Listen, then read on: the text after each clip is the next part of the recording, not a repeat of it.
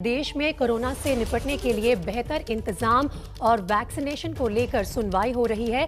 इस सुनवाई के दौरान सबको वैक्सीन मिले, इसको लेकर जोरदार बहस चल रही है। सुप्रीम कोर्ट ने केंद्र सरकार से पूछा है कि क्या केंद्र सरकार ये सुनिश्चित करेगी कि हर राज्य को वैक्सीन मिले। सुप्रीम कोर्ट ने वैक्सीन की अलग अलग कीमत को लेकर भी सवाल पूछे हैं।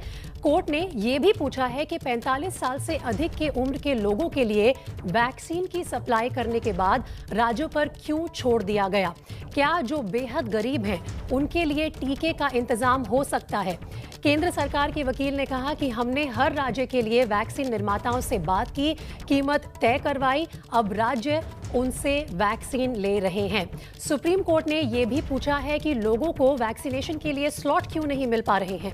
सुप्रीम कोर्ट ने यह भी कहा कि हम गांव में रहने वालों और बच्चों के लिए चिंतित हैं। तो इस वक्त की ये बड़ी खबर आ रही है सुप्रीम कोर्ट के हवाले से, जहां सुनवाई के दौरान कोर्ट ने ये सब ऑब्जर्वेशन दिए हैं और लगातार केंद्र सरकार से भी कई बड़े सवाल पूछे हैं। खास तौर पर 45 की उम्र से नीचे वाले लोगों के लिए क्या इंतजाम है, इससे लेकर काफी सवाल पूछे गए हैं। हमारे संवाददाता निपुण सहगल इस वक्त मेरे साथ एबीपी न्यूज पर जुड़ रहे हैं। निपुण, सबसे पहले तो क्या अपडेट आ रही है सुप्रीम कोर्ट से? लगातार काफी कड़े सवाल पूछे हैं कोर्ट ने केंद्र सरकार से।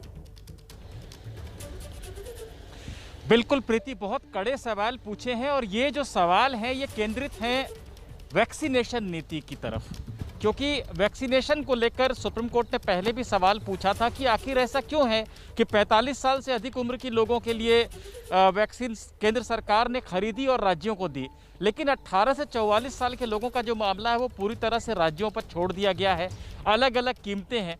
इसी सिलसिले में कोर्ट ने ये भी पूछा कि राज्यों में जो कोटा जा भी रहा है वहाँ निजी अस्पतालों का भी एक कोटा है, तो क्या केंद्र सरकार ये मानती है कि हर राज्य में 18 से 44 साल के 50% लोग ऐसे हैं जो पैसा देकर वैक्सीन लगवा पाएंगे।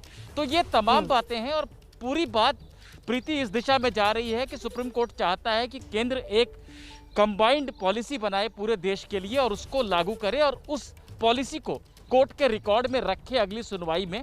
ये पूरी अभी तक की सुनवाई का लबोलुआब है।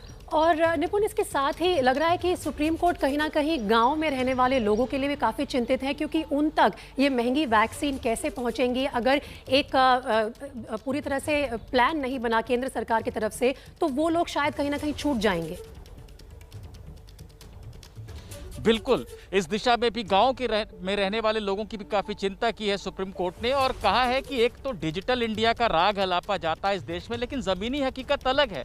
गांव में जो रहने वाला आदमी है वो अपने मोबाइल पर कोविन ऐप पर जाकर रजिस्टर करे, ये तो दूर की बात है। अगर आप एक केंद्र बना देंगे जहां पर कि लोग खुद आकर रजिस्टर करा पाएं, तो उस केंद्र तक भी पहुंचना कई बार वो कई किलोमीटर का सफर हो सकता है। तो ये संभव नहीं है, सरकार को नीति बदलनी चाहिए। इसके अलावा ये कहा है कि जो निजी अस्पताल है जहां लोग पैसा देकर वैक्सीन लगवा रहे हैं वो तो सेवा नहीं देते गाँव में, तो गाँव के लोग आखिर कैसे बचेंगे। क्या सरकार की जो नीति है उसमें कोई सुधार होगा। ये स्थिति भी है कि आपने राज्यों से कह दिया कि आप वैक्सीन खुद खरीद लो, लेकिन जो मिजोरम की आर्थिक स्थिति है वो महाराष्ट्र की स्थिति से बहुत कमजोर है। तो हर राज्य की स्थिति भी कमजोर है, एक दूसरे से अलग है। केंद्र को दखल देना ही चाहिए और अपनी भूमिका से पल्ला नहीं झाड़ना चाहिए।